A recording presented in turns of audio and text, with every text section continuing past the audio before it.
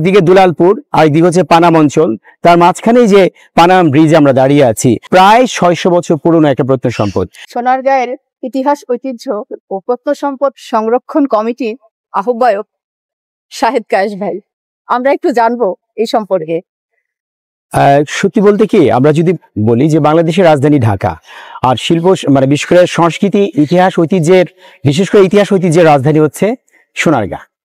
তো আজকে যে এই যে ইতিহাস ঐতিহ্য প্রত্নসম্পদের রাজধানী আমরা সোনারগাঁ বলছি, তার কারণ কি? কারণ হচ্ছে এখানে প্রায় 350 বছর এই সোনারগাঁ ছিল কখনো পূর্ণাঙ্গ বাংলা, কখনো প্রাদেশিক বাংলার রাজধানী, যার ফলে এখানে অসংখ্য নিদর্শন আছে, শুধু মুঘল আমলের না, তারও আগে সুলতানি আমল। আমরা জানি গিয়াসউদ্দিন আজম শাহের থেকে শুরু করে এখানে গিয়াসউদ্দিন আজম শাহের মাজার আছে, সুলতানি আমল, মুঘল আমল এবং পরে ব্রিটিশ আমল, এভাবে ধারাবাহিকভাবে প্রায় 600 বছরের ইতিহাস ঐতিহ্য কিন্তু এবং প্রত্নসম্পদ লুকিয়ে আছে এই সোনারগাঁয়ে। এবং সোনারগাঁয়ের পথে প্রান্তরে ধূলিকণায় অনেক রত্ন খুঁজে পাওয়া যাবে, যেটা হচ্ছে আমাদের প্রত্নসম্পদ ইতিহাস ঐতিহ্যের অনেক মণিমাণিক্য ছড়িয়ে ছিটিয়ে আছে। এগুলো অবহেলার শিকার এবং নানাভাবে ধ্বংস হচ্ছে। এবং আমার দেখে, আমি যখন ক্লাস 4 পড়ে আব্বা আমাকে পানাম নগরীতে নিয়ে এসেছিলেন, তখন আমি 102টা ভবন গুনেছিলাম। আজকে সেই পানাম নগরীতে আছে মাত্র 52টা ভবন। ঠিক তেমনি সোনারগাঁয়ের যে আপনার প্রত্নসম্পদ, সেই আজকে আমরা যেই জায়গাটি দাঁড়িয়ে আছি, পানাম ব্রিজ, যেটাকে আসলে দুলালপুর, যে জায়গাটা দাঁড়িয়ে আছে, নিচে হচ্ছে পঙ্খিরাজ নদী, যে নদী কিন্তু, হ্যাঁ, এবং এটা ছিল অত্যন্ত বিখ্যাত একটা নদী এবং এটাকে খাল বানিয়ে ফেলেছে চারদিকে দখল করে। অবস্থা পঙ্খিরাজের তো হ্যাঁ, না, খুবই একটা প্রায় মৃতপ্রায় নদী এবং এটা অনেকে বলে খাল, বাট এটা ইতিহাসে কিন্তু গ্রন্থে কিন্তু এটা নদী হিসেবে চিহ্নিত। এবং একদিকে দুলালপুর আর একদিকে হচ্ছে পানাম অঞ্চল, তার মাঝখানে যে পানাম ব্রিজ আমরা দাঁড়িয়ে আছি, এটা কিন্তু অত্যন্ত গুরুত্বপূর্ণ একটি প্রত্নসম্পদ এবং প্রায় 600 বছর পুরনো একটা প্রত্নসম্পদ। হ্যাঁ, মুঘল আমলে করা এবং মুঘল আমলের স্থাপত্যরীতি এখানে আছে, যেখানে আপনার 3টা খিলান আছে এবং মাঝের খিলানটা কিন্তু বেশ প্রশস্ত, যেখান দিয়ে আপনার জলপথে নৌকা আসা যাওয়ার একটা সুযোগ এখানে ছিল তখন। পিলার, হ্যাঁ, মানে এটা হচ্ছে অনেকটা মানে মাঝখান দিয়ে তোরণের মতো। তারপরে আপনার এখানে যদি আমরা দেখি 143 ফিট লম্বা, কিন্তু এই সেতুটা হচ্ছে 143 ফিট লম্বা এবং 14 ফিট প্রশস্ত। এবং এটা একটা বিশাল একটা আমাদের সম্পদ, কারণ ইউরোপে আমরা দেখি, যেখানে আমি একবার আয়ারল্যান্ডে গিয়েছিলাম, ছোট্ট একটা ওয়াল দেখানোর জন্য 3 থেকে 4 ফিট, এটা দেখানোর জন্য তারা আমাদেরকে নিয়ে গেছিল প্রায় 2.5 ঘন্টা পথ জার্নি করে। আর এখানে সোনারগাঁতে এত প্রত্নসম্পদ আমাদের মানে অবহেলায় নষ্ট হচ্ছে, যেটা খুবই দুঃখজনক। এই নিচ দিয়ে আমরা দেখলাম যে পুরা যে খিলান যেটা আপনি বললেন, ওখান দিয়ে অনেক বড় বড় ফাটল দেখা গেছে। হ্যাঁ, তারপরে যে এই ব্রিজের পাশ দিয়ে যে নদী, হ্যাঁ, নিচে দেখলাম অনেক আবর্জনা এবং পুকুর, অনেক পুকুর, এখানে যেহেতু ময়লা আবর্জনা থাকে, পুকুরের খাবার এখানে পায়, সে এখানে আসে খাবার খেতে, মানে খুবই ময়লা দুর্গন্ধযুক্ত একটা জায়গা পরিণত হয়েছে। আচ্ছা, আর এই যে ব্রিজে, এটা যে এত মানে ঐতিহাসিক একটা ব্রিজ, মানে এর কোনো নাম ফলক কোথাও নেই? কোথাও নেই। মানে আমরা আপনার মাধ্যমে এই ব্রিজ সম্পর্কে জানতে পারছি, কিন্তু এই দেশে সব মানুষ তো আপনাকে খুঁজে খুঁজে নাম জানতে পারবে না। এর জন্য একটা নাম ফলক এখানে রাখার দরকার ছিল। এই ব্রিজটা যে সংরক্ষিত, এরকম কোথাও কিছু লেখা নেই। এই যে এক পাশে আমরা দেখলাম একটা বাঁশ দিয়ে আটকানো, কিন্তু তার পাশেও লোকজন ঢুকে যেতে পারছে, আর এই পাশটা তো পুরোটাই খোলা। একটা গাড়িও কিন্তু ভুল করে অন্য এলাকা থেকে এসে এটার উপর দিয়ে উঠে যেতে পারে এবং তাতে বড় ধরনের দুর্ঘটনা ঘটতে পারে।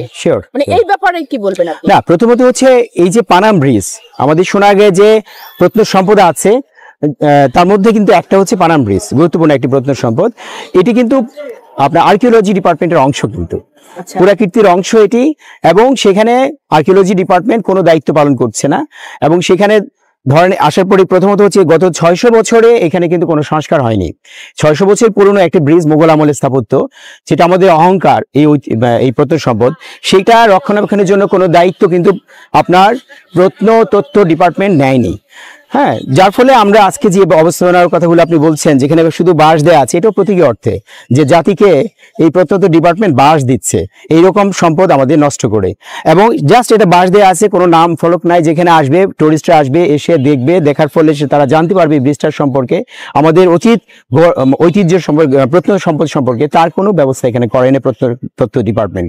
পাশাপাশি আপনি ফাটলের কথা বললেন, যে মূল তরণে ফাটল, এটি কিন্তু যেহেতু অনেক পুরনো একটা ব্রিজ, প্রায় 600 বছর পুরনো, এটা যত দ্রুত সম্ভব রিনোভেট করা উচিত। গতকালও আমাদের একটা মানববন্ধন ছিল আমাদের সোনারগাঁ ইতিহাস ঐতিহ্য প্রত্নসম্পদ সংরক্ষণ কমিটির, এবং সেখানে কিন্তু আমরা সেই ভয়েসটা রেজ করেছি যে এখানে এটাকে যত দ্রুত সম্ভব সংস্কার করা হোক, রিনোভেট করা হোক। আমরা দেখেন এখানে কিন্তু একটা ট্যুরিজমের একটা বড় একটা মানে এটা বড় অ্যাসেট কিন্তু এই সোনারগাঁ, এবং বিশেষ করে এই পানাম ব্রিজ, তারপরে পানাম নগরী। কিন্তু ধরেন এই যে আমরা জানি যে ফ্লোরিডা, আমেরিকাতে ফ্লোরিডার মতো জায়গায় যেখানে ছোট্ট একটা আইল্যান্ড, সেখানে আপনার প্রতি বছর প্রবাল দ্বীপ, সেই আইল্যান্ড থেকে ওরা প্রায় $2.5 বিলিয়ন ইনকাম করছে। কাজে এই সোনারগাঁ এবং বাংলাদেশের গভর্নমেন্টও কিন্তু বিশেষ করে আপনার প্রচুর ইনকাম করার একটা সুযোগ আছে। এখানে প্রচুর দর্শনার্থী আসবে, প্রচুর টুরিস্ট আসবে যদি আমরা সেভাবে এটা সংরক্ষণ করতে পারি। যেমন গিয়াসউদ্দিন আজম শাহের মাজারটা এটা একটু সংরক্ষণ করা হয়েছে মোগরাপাড়াতে, সেটাও যদি চারদিকে বাউন্ডারি করে, এটা গ্রিলের মতো লোহার বাউন্ডারি করে, এবং একটা নাম ফলক যেখানে ডিটেল লেখা থাকবে পানাম সেতু সম্পর্কে, এরকম উদ্যোগ যত দ্রুত সম্ভব নেওয়া উচিত এবং এটাকে যত দ্রুত সম্ভব সংস্কার করা উচিত। তাহলে আমাদের প্রত্নসম্পদ এই যে পানাম ব্রিজ রক্ষা পাবে। পাশে যে ব্রিজটার কথা আপনি বললেন, সেখানে কিন্তু একটা ব্রিজ ছিল এবং সেই ব্রিজটা কিন্তু ধ্বংস করা হয়েছে, ধ্বংস করে পুরোপুরি ভেঙে ফেলা হয়েছে। হ্যাঁ, এরকম ওই সময় একটা স্থাপত্যর কলা, এবং সেটাকে ধ্বংস করা হয়েছে, করে নতুন ব্রিজ তৈরি করা হয়েছে। কিন্তু নতুন ব্রিজ তো যে বর্তমান আদলে আমরা যে ধরনের ব্রিজ দেখি সেই আদলেই করা, এটা কি এরকম করে করা যেত না? না, ওই ব্রিজটা তো সংস্কার রিনোভেট, যেটা অরিজিনাল আদল রাখতে হবে, এবং সেটাকে আপনার তখনকার সময় যে ম্যাটেরিয়ালস ইউজ করেছে যেমন চুন এবং সুরকি, সেটা ইউজ করতে হবে। সেভাবে ব্রিজটা কিন্তু রিনোভেট করা যেত। যেমন পানাম নগরীতে 2টি ভবন কিন্তু রিনোভেট করা হয়েছে, এবং আমাদের সোনারগাঁ জাদুঘরে যেটা আপনার ওই যে আমরা যেটাকে বলি বড় সর্দার বাড়ি, সেটা কিন্তু রিনোভেট করা হয়েছে, এবং এইভাবে কিন্তু রিনোভেট করা যেত। সেটা করেনি, পুরোটাই ভেঙে ফেলেছে, ভেঙে নতুন ব্রিজ করা হয়েছে।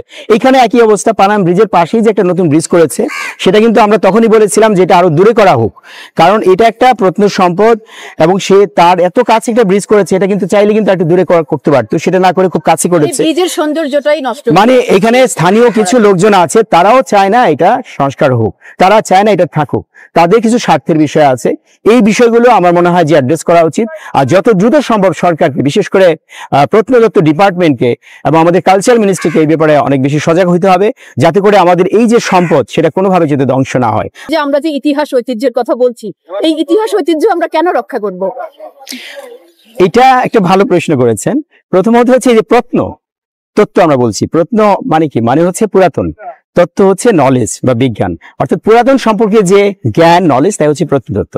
এখন আমাদের যে জাতি তার অতীত ভুলে যায়, তার কোনো ভবিষ্যৎ নাই, এবং অতীতের অভিজ্ঞতা আলোকে আমাদের ভবিষ্যৎ রচনা করতে হবে। কাজে আমরা যদি মানুষের সংস্কৃতির ইতিহাস বিকাশটা আমরা ধরতে চাই, তাহলে কিন্তু আমাদের এই প্রত্নসম্পদ আমাদের রক্ষা করতে হবে। তো যেরকম ভাবে আমাদের ওজোন স্তর আল্ট্রা ভায়োলেট রে থেকে আমাদেরকে রক্ষা করছে, ঠিক তেমনি কিন্তু এই যে ইতিহাস ঐতিহ্য এবং প্রত্নসম্পদ আমাদেরকে রক্ষা করছে। আমাদের ভবিষ্যৎ প্রজন্ম যাতে বুঝতে পারে যে আমার অতীত জেনারেশন কি ছিল। আর এই যে বললাম মানুষের সংস্কৃতির যে বিকাশ, সেটা কিন্তু ধরার জন্য আমাদেরকে অবশ্যই অতীতে যা যা প্রত্নসম্পদ ইতিহাস ঐতিহ্য আছে সেটাকে সংরক্ষণ করতে হবে, সুরক্ষা দিতে হবে।